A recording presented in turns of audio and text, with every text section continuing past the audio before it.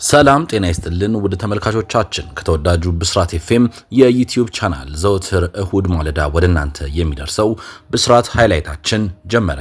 ዛሬም እንደተለመደው በሳምንቱ መጨረሻ ቅዳሜ የተከናወኑ ስፖርታዊ ጉዳዮችን እየዳሰስን እንዲሁም ደግሞ ዛሬ እሁድ የሚደረጉ ስፖርታዊ ክንውኖችን ጥቆማ እየሰጠን አብረን እንቆያለን። ከፕሮግራሙ ጋር እኔ ዘውዱ በሬሳ አብሬያችሁ እሆናለሁ። በቅድሚያ የምናነሳው የሲቢኢ የኢትዮጵያ ፕሪሚየር ሊግ ነው። የሲቢኢ የኢትዮጵያ ፕሪሚየር ሊግ ወደ ፍጻሜው የተቃረበ እንደሚገኝ ይታወቃል። ትናንትም የ32ኛ ሳምንት ቀሪ 3 ጨዋታዎች ተካሂደው 32ኛ ሳምንት ተጠናቋል። በሶስቱ ጨዋታዎች ውጤት መሰረት እንግዲህ የመሪነት ፉክክሩ በጣም አጓጊ ወደ ሆነ ምዕራፍ እየተሻገረ ይገኛል። ከትናንት ጨዋታዎች መካከል ቀድሞ የተካሄደው የወልዋሎ አዲግራት ዩኒቨርሲቲና የኢትዮ ኤሌክትሪክ ጨዋታ ነው። በዚህ ጨዋታ ወልዋሎ አዲግራት ዩኒቨርሲቲ ኢትዮ ኤሌክትሪክን 2-1 በሆነ ውጤት አሸንፎ መውጣት ችሏል። ኮንኮኒ ሀፊዝ በ9ኛው ደቂቃ እንዲሁም ደግሞ እንዳልካቸው ጥበቡ በ7ኛው ደቂቃ ያስቆጠሯቸው ጎሎች ወልዋሎ አዲግራት ዩኒቨርሲቲዎችን ለማሸነፍ በቂ ነበሩ። ኢትዮ ኤሌክትሪክን ምንም እንኳን ከሽንፈት ያላደነች ብትሆንም አንዷን ጎል ያስቆጠረው አቤል አብታሙ ነው። በ22ኛው ደቂቃ እቺ ጎል ኢትዮ ኤሌክትሪክን አቻ ማድረግ ችላ የነበረ ቢሆንም አሸናፊ ወይም ደግሞ የነጥብ ተጋሪ ሳታደርገው ቀርታለች ማለት ነው። ሌላኛው የዕለቱ መርሃ ግብር የነበረው ሐዋሳ ከተማ በሊጉ የመጨረሻ ደረጃ ላይ ከሚገኘው አርባ ምንጭ ከተማ ጋር ያደረጉት ጨዋታ ነው። ይህ ጨዋታ ጎል አልተቆጠረበትም።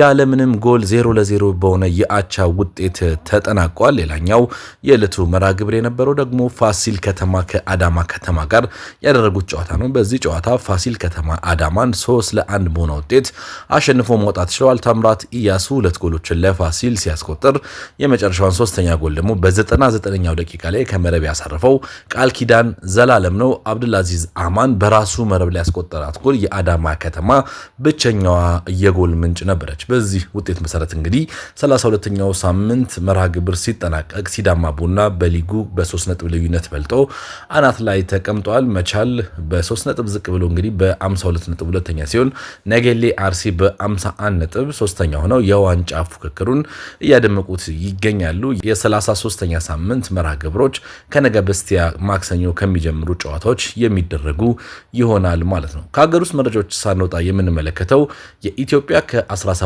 ዓመት በታች ብሔራዊ ቡድን የአፍሪካ ዋንጫ ተሳትፎ ጨዋታ ነው። ትናንትና እንግዲህ ብሔራዊ ቡድናችን በሞሮኮ ሁለተኛ ጨዋታውን አድርጎ ነበረ።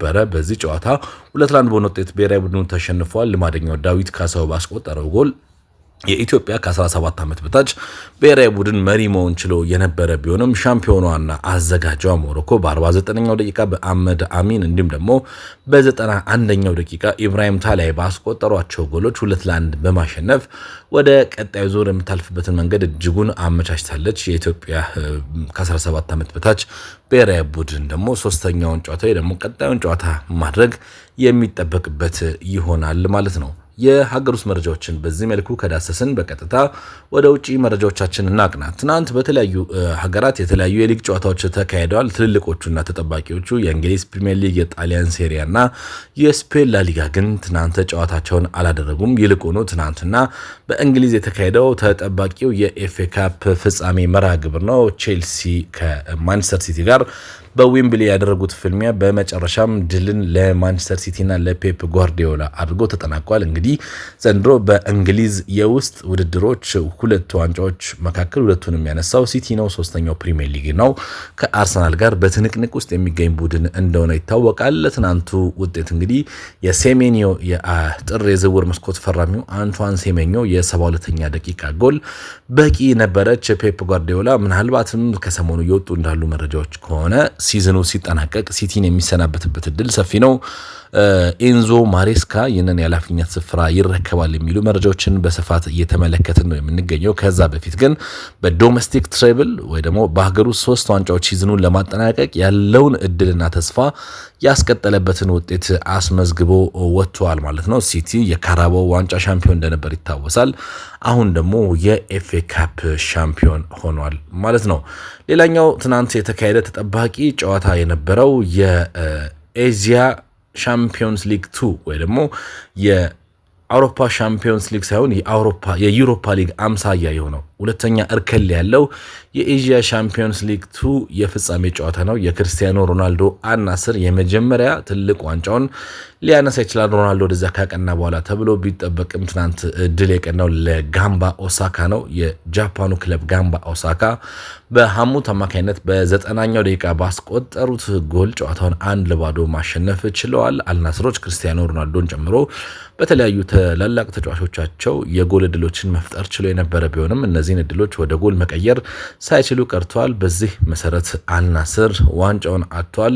እንግዲህ ዘንድሮ በሳውዲ ፕሮ ሊግ አልናስርና አልሂላል የመጨረሻ ሳምንታቸውን የሚጠብቁ ሁለት ቡድኖች ናቸው የዋንጫ ፉክክር እያደረጉ። አልናስር የዋንጫ የማሸነፍ እድሉ በራሱ ላይ የተመሰረተ ሲሆን አልሂላል ደግሞ የአልናስርን ሽንፈት ይጠብቃል። ክርስቲያኖ ሮናልዶ ወደ ዓለም ዋንጫ ከማቅናቱ በፊት አንድ ዋንጫ አሳክቶ ሊያቀና የሚችልበት እድል አሁንም እጁ ላይ ነው ያለው የሳውዲ ፕሮ ሊግ ማለት ነው።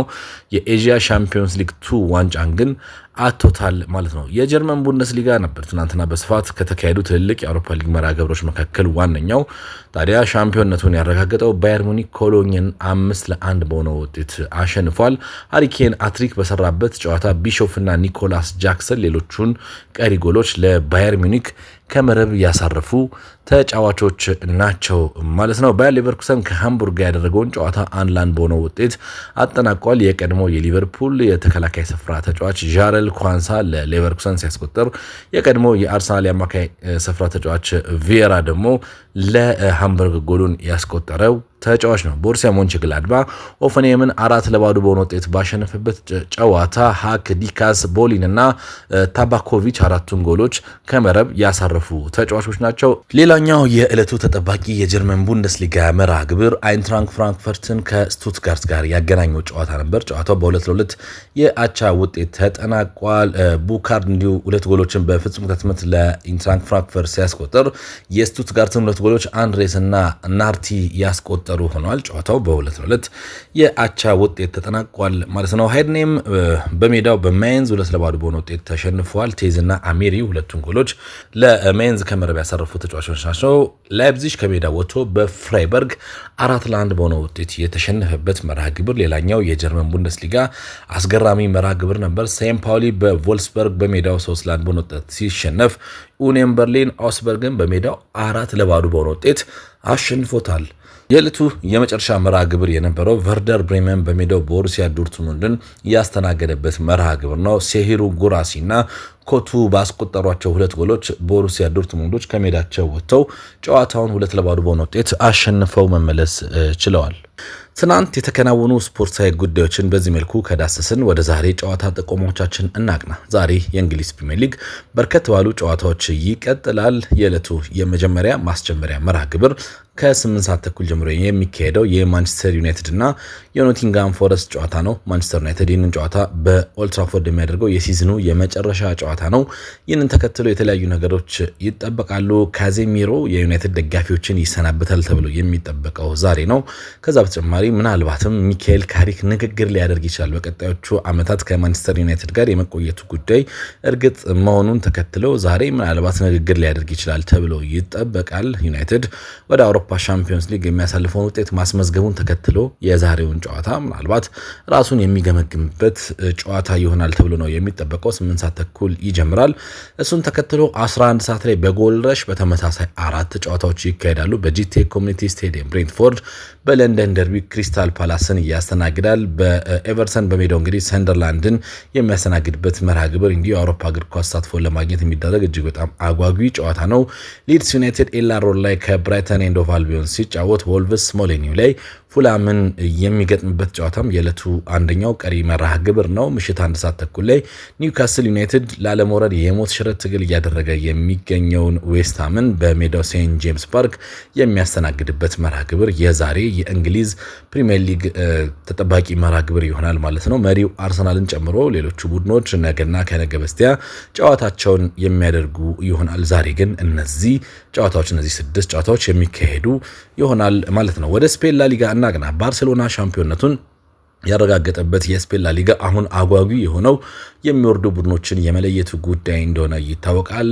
ዝነኛውን ታላቁን ሴቪያን ጨምሮ በርካታ ክለቦች የመውረድ ስጋት አለባቸው። ከሁለት ዓመት በፊት ለዋንጫ ይፎካከር የነበረው ጂሮና አንዱ ነው። ዛሬ ይህንን ተከትሎ በስፔን ላሊጋ ኦልሞስት ሁሉም ጨዋታዎች ማለት በሚቻል ሁኔታ ኩሉ ለሳት ጀምሮ የሚደረጉ ነው የሚሆነው። ጂሮና ከሜዳ ወጥቶ ዋንዳ ሜትሮፖሊታኖ ላይ አትሌቲኮ ማድሪድ የሚገጥምበት፣ አትሌቲኮ ቢልባኦ ከሴልታ ቪጎ ጋር የሚጫወትበት፣ ኤልቼ ከሄታፌ እንዲሁ ሌቫንቴ ከማዮርካ የሚጫወትባቸው መርሃ ግብሮች ሁለት ሰዓት ላይ የሚካሄዱ ናቸው። በተጨማሪም ኦሳሱና ከኤስፓኞል፣ ራዮ ቫያካኖ ከቪያሪያል፣ ሪያል ኦቬዶ መውረዱን ያረጋግጠው ብቸኛው የላሊጋው ክለብ ሪያል ኦቬዶ ከዲፖርቲቮ አላቬስ እንዲሁም ሪያል ሶሴዳድ ከቫሌንሺያ ይጫወታሉ። እንዲሁም ደግሞ ሴቪያ ተጠባቂ ጨዋታ ሴቪያ በራሞን ሳንቼዝ ፒዥዋን ስቴዲየም ከሪያል ማድሪድ ጋር የሚጫወቱበት መርሃ ግብር ይሆናል። የመውረድ ስጋት የሌለባቸው እንዲሁም ሻምፒዮናታቸውን ያረጋግጡት ባርሴሎናና ሪያል ማድሪድ የሚያደርጉት ጨዋታ ብቻውን ምሽት 4 ሰዓት ከሩብ ጀምሮ የሚደረግ መርሃ ግብር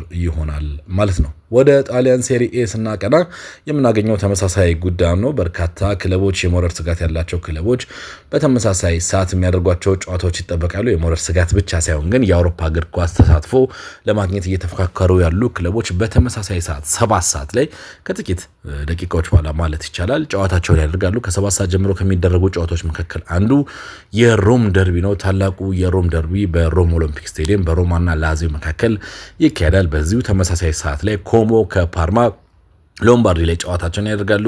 ጄኖዋ በሜዳው ኤሲ ሚላን የሚያስተናግድበት ጨዋታም እንዲሁ በተመሳሳይ 7 ሰዓት ላይ የሚጀምር ጨዋታ ሲሆን ዩቬ ከፊዮረንቲናም እንዲሁ በአሊያንዝ የሚጫወት ይሆናል። እነዚህ ሁሉ ክለቦች የአውሮፓ እግር ኳስ ተሳትፎን ለማግኘት ኢንተር ሚላንን ተከትሎ የአውሮፓ እግር ኳስ ተሳትፎን ለማግኘት እየተፎካከሩ የሚገኙ ቡድኖች እንደሆኑ ይታወቃል። ፒሳ ከናፖሊም እንዲሁ ሌላኛው ጨዋታ ነው። እነዚህን ጨዋታዎች ተከትሎ 10 ሰዓት ላይ ሻምፒዮንነቱን ያረጋገጠው ኢንተር ሚላን ከሄላስ ቬሮና ጋር ሲጫወት ምሽት 1 ሰዓት ላይ አታላንታ ከቦሎኛ ይጫወታሉ።